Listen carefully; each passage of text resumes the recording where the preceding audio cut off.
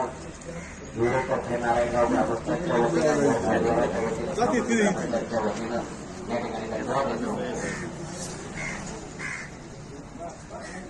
या ठिकाणी बाबांना भावपूर्ण आदरांजली अर्पण करण्यासाठी विविध स्तरातील विविध क्षेत्रातील बरेचसे मान्यवर या ठिकाणी उपस्थित आहेत.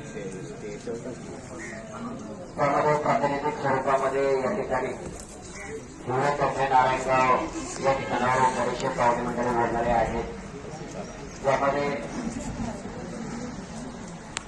सत्यानाना घोष सन्मित्र उपसंस्थेचे संचालक त्यांच्या परंपरामध्ये बारीक आलाय का नाही